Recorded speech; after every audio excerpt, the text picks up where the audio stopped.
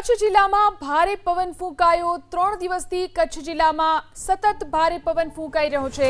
સરહદી વિસ્તારના ગામોમાં 40 કિલોમીટર પ્રતિ કલાકની ઝડપે પવન ફૂંકાઈ રહ્યો છે। ભારે પવનને કારણે અનેક વિસ્તારમાં ધૂળિયું વાતાવરણ થઈ ગયું છે।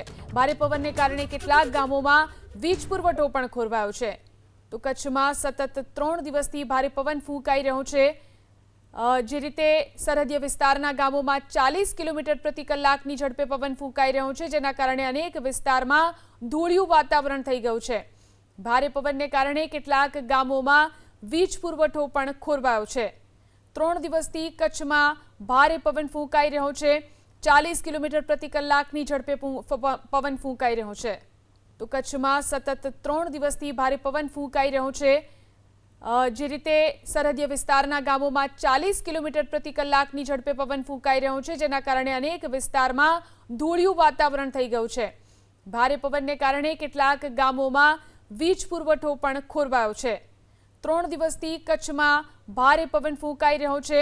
40 કિલોમીટર પ્રતિ કલાકની ઝડપે પવન ફૂંકાઈ રહ્યો છે।